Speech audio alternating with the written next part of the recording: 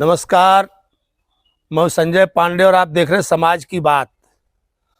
मैं आपको नल से जल योजना के बारे में बताऊंगा और उसकी जो भी उसमें जो कमियां हैं उनको भी आपके सामने मैं उजागर करूंगा। खैर, जो ये नल और जल बीजेपी सरकार जब से पहली बार वाजपेयी जी की सरकार बनी थी तो उन्होंने एक महत्वाकांक्षी परियोजना के बारे में जिक्र किया था या उसके शुरुआत के बारे में कहा था। उन्होंने कहा था नदी से नदी जोड़ो योजना, और ये एक योजना महत्वाकांक्षी योजना थी। हालांकि जब दोबारा बीजेपी सरकार आई तो इस योजना को वो स्पीड वो रफ्तार नहीं मिली, लेकिन फिर भी धीरे धीरे करके अभी हाल ही में जो चालू वित्त वर्ष में निर्मला सीतारमण ने बजट पेश किया उसमें उन्होंने 60,000 करोड़ रुपया नल से जल और नदियों को जोड़ने में, केन और बेतवा नदी और जो बाकी नदियां थी उसको जोड़ने के लिए खर्च किया, ताकि जो पीने की पानी की समस्या है इसको दूर किया जा सके। लेकिन काम बहुत बड़ा है, और काम बड़ा है तो चुनौतियां भी बड़ी है, और इसके पीछे जो भी काम है अब हम आपको इसके बारे में पूरा दिखाऊंगा कि कैसे जो है अब यह काम में एक चीज ये समझ में नहीं आ रही है। अभी आप देखिए, ये पानी टंकी का निर्माण अभी पूरा नहीं हुआ है। पानी टंकी का निर्माण अभी पूरा नहीं हुआ है, और गांव में और ये जो बोरवेल है, बोरवेल हो चुका है और पाइप जगह जगह पाइप बिछाई जा रही है, और पाइप का ये हाल है कि कहीं पर गड्ढे खोद करके पाइप डाल दी गई है और कहीं पर पाइप ऐसे ही पड़ी हुई है। कब तक होना चाहिए, क्या होना चाहिए? और जहाँ तक भी हमने देखा, जहाँ तक मैं गया, करीब करीब हमने वही देखा कि जो इस परियोजना के अंतर्गत बजट में जो प्रावधान है एक अच्छा खासा बजट है। मैं आपको इसके आगे और दिखाऊंगा कि अभी कैसे इसकी तैयारियां पूरी नहीं हुई है, उसमें क्या देर है क्या नहीं देर है ये तो उसके कर्मचारी ही समझे।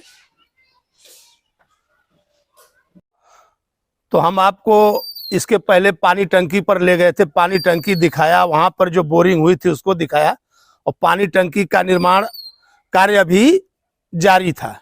और फिर मैं आपको दिखाऊंगा ये नल जो कि सिर्फ डमी यहाँ पर एक तरह से खड़ा किया गया है। इसको चाहूं तो मैं उखाड़ करके आपको दिखा सकता हूं सिर्फ, और इसके नीचे कोई भी पाइप का कनेक्शन नहीं है।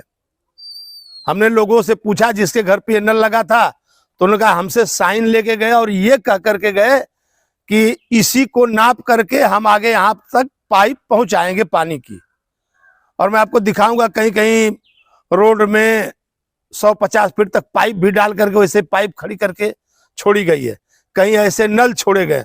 और ये नल कई जगह पूरे गांव में हमने देखा, कई जगह ऐसे नल छोड़े गए, जबकि सरकार की जो योजना है इसको जल्दी से जल्दी पूरा करना, तो क्या उसके चक्कर में ये जो ठेकेदार हैं वो उनकी ये कमी है या प्रशासन की तरफ से उनको फंड नहीं मिला है? हकीकत क्या है? क्योंकि हमने जब जा करके वहां पर पूछा था कि भाई जो पानी की टंकी बन रही है, तो उन्होंने कहा कि देखिए सब डिपार्टमेंट अलग अलग है, कोई पानी की टंकी बनाता है तो कोई बोरिंग करता है तो कोई पाइप डालता है तो कोई ये नल लगाता है। तो क्या ये नल लगाने वाले पहले ही नल लगा के चले गए पानी से पहले ही? तो इस बारे में जरूर मैं सरकार का ध्यान आकर्षण चाहूंगा कि आखिर ये नल लगा है तो इसमें पानी क्यों नहीं है, और अगर पानी नहीं है तो नल लगाने की जरूरत क्या थी?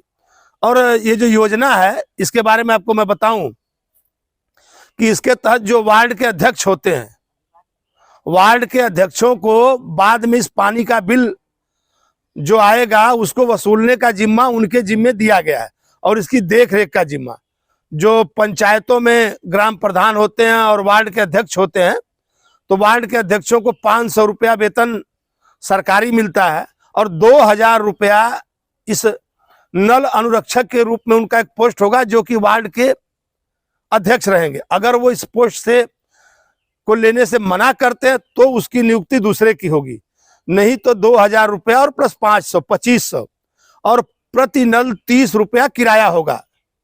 और जो 30 रुपया प्रति नल किराया होगा तो उस किराए में से जो 50% है वो भी उस वार्ड अध्यक्ष को लोग जागरूक नहीं होंगे।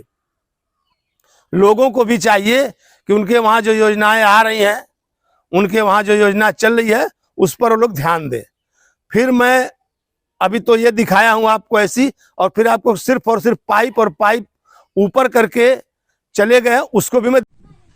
और यही देखिए जो मैं आपको बता रहा था कि पाइप, ये पाइप खाली पाइप है और यहाँ से ले जा करके कम से कम 60 मीटर के करीब में छोड़ दी गई है। मोटी पाइप का कोई भी कनेक्शन नहीं है।